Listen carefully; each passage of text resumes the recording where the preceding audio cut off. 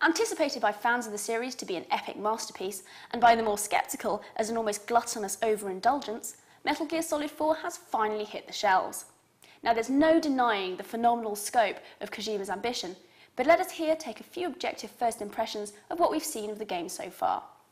First up, as expected, you must install it first. But unlike Devil May Cry 4, for example, this takes a modest 8 to 9 minutes and displays some typical fourth-wall-breaking Metal Gear Solid humour by scrolling through some tongue-in-cheek health warnings against an animation of Solid Snake smoking a cigarette for the duration. So, quickish install? Impressive?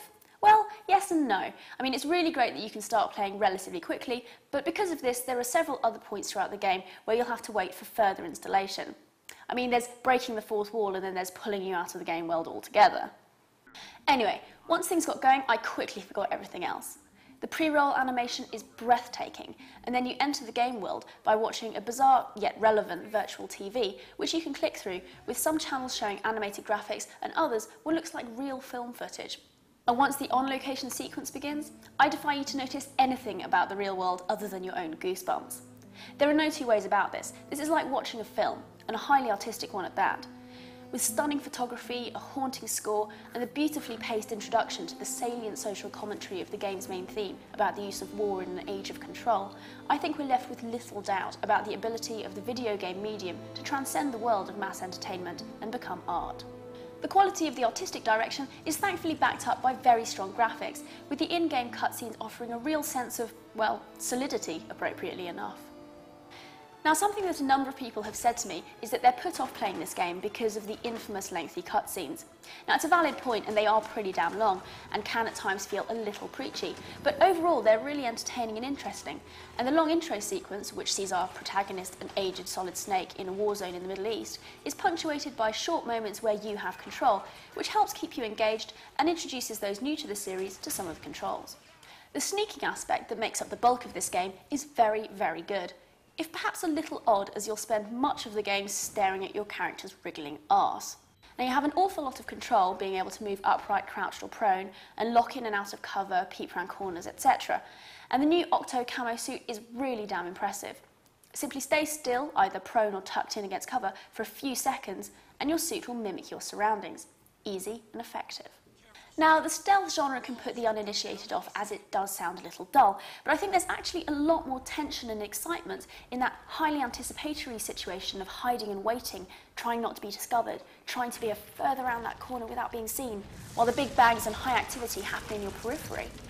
Now, you don't get the same feeling of release as you do in balls-to-the-wall FPS, but the intensity is greater and more subtle. The game has also been well choreographed and the locations well designed, with lots of nooks and crannies to peer into and crawl through, and lots of noisy obstacles like glass bottles to avoid. As well as the camo suit, there are also some other cool bits of gear that you acquire early on in the game. There's the solid eye patch, which lets you choose between normal vision, night vision and a monocular. And you also have a Mac 2, which is an insanely cute little remote mobile terminal, which automatically tails Snake to act as a communication device between him and Otacon. You can also control it manually, and it has a cloaking device and a manipulating arm, so it's very useful for scouting or sending off to make noises elsewhere to draw off the guards. It can also transport things for you. But of course, there are the old classics as well, like the porn mag and the cardboard box, and these are fun and effective as ever. There's also Drebin, a black market arms dealer who Snake reluctantly agrees to deal with. Duplicate weapons will automatically be traded to him for points which can be used for buying weapons and upgrades or unlocking ID-tagged weapons. This is quite a nice setup for dealing with weaponry, as it incorporates plot themes such as the notion of the war economy. But there are some things about Metal Gear Solid 4 that are a little less satisfying. If you're discovered and end up in a bit of a shootout, things start to feel clunky pretty fast. Shooting can take a little while to get used to, as you have to press L1 to ready your weapon, as well as R1 to fire. Also, the default look sensitivity for weaponry is pretty slow. And the AI can also be a bit odd, and there were instances where I turn around to find an enemy behind me with clear line of sight and at close range, but waiting for me to look round and move towards him before he even readied himself to shoot at me. There's also something a little ugly about the disappearing dead bodies, and of course the perennial in-game problem of two bodies existing in one space. But overall, these are small complaints in what is so far an incredibly impressive game that is both beautiful to watch and exciting to play. Just make sure you put aside a couple of hours each time you sit down to it. Now, I'll bring you a full review in a couple of weeks, and until then, let us know what you think over on the website.